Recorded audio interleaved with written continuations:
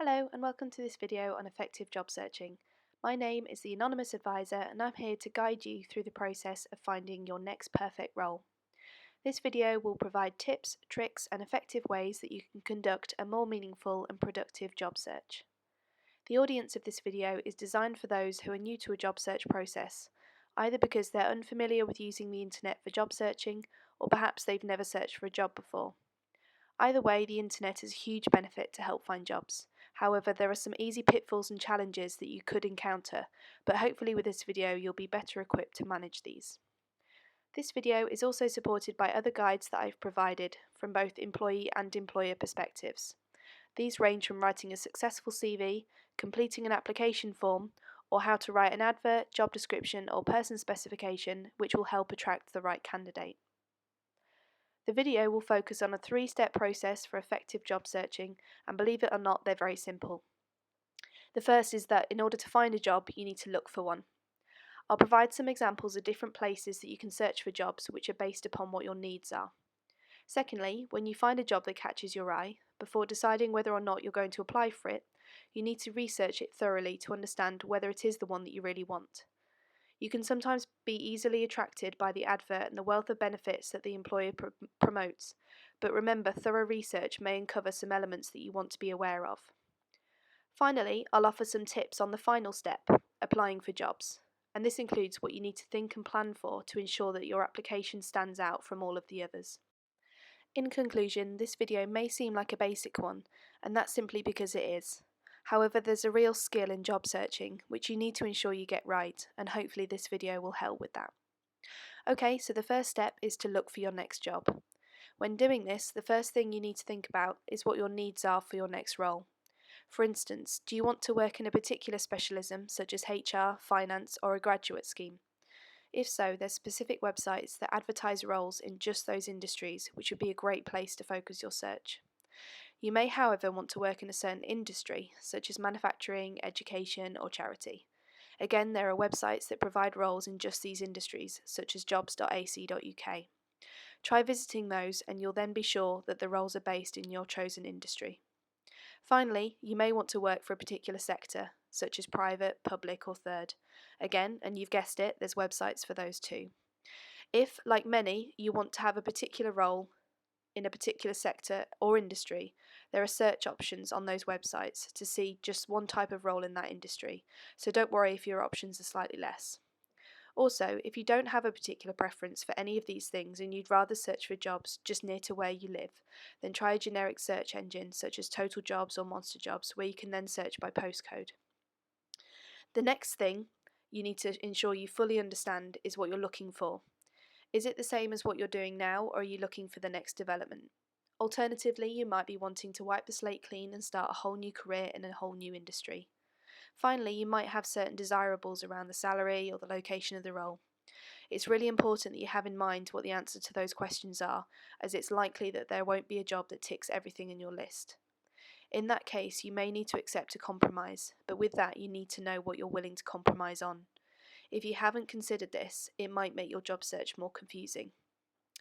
The next step to think about, researching the jobs you found through the initial search. This is a critical step to do, as it may make that role more or less attractive to you depending on what the research is that you do. It's also a really useful preliminary step in case you're selected for interview, as employers will often ask you what you know about them, and if you've done that research at this stage, then you can already answer that question. I would advise that there are 3 key things that you research. This can be done online, and some sites will assist with this research process. The first one would be the employer. Do you know what their benefits are? Although it may not be a long-term motivation for you, the salary, the annual leave, or other procedural benefits may fit around your personal circumstances. For instance, do they offer enhanced parental leave and pay?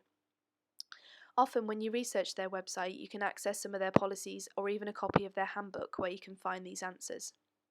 Secondly, can you find a mission statement or some principles and values, and do they align to yours? Sometimes this could be overlooked, but can be a huge factor in feeling disillusioned in the workplace. For instance, a company may manufacture a product that is tested on animals. Is that something you believe in? Finally, websites such as Indeed allow you to read reviews from existing employees. What do those reviews say? If you can't find anything, you can always do a search of them through Google or another search engine to see if there's anything about them linked to the media.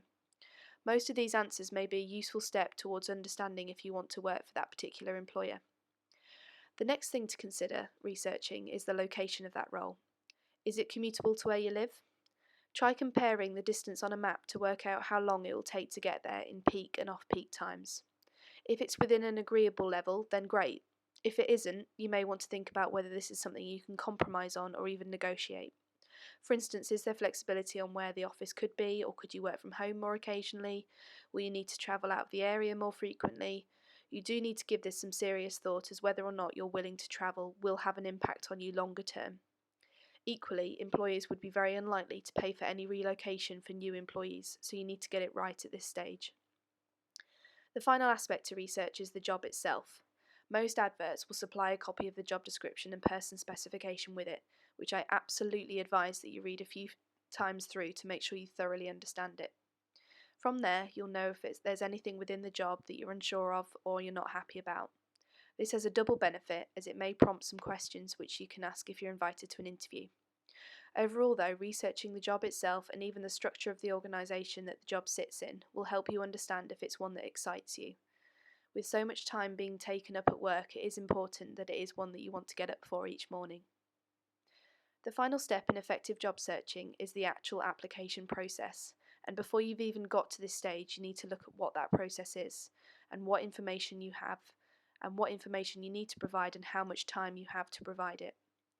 Remember, employers are more and more moving towards more flexible ways of recruiting, so a CV may no longer be the only acceptable way of applying. Equally, you'll need to ensure that you have all the correct and accurate information that you're supplying, because failure to do so could be seen as a gross misconduct offence.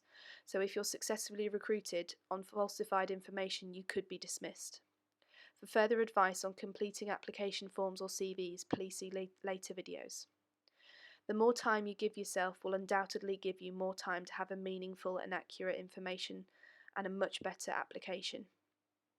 Make sure you know when the deadline is and stick to it. There's nothing more frustrating than spending time and effort in completing an application to then find that you've missed the deadline. And that's it for this video on effective job searching. I hope you find the advice and guidance useful to help you finding your next perfect role. Please remember to subscribe and like this video, and you can also follow me on Twitter, which is @theanonadvisor, and also look at my blog, which has more of my videos as well. And other than that, I'll see you on my next video. Okay, thank you. Bye bye.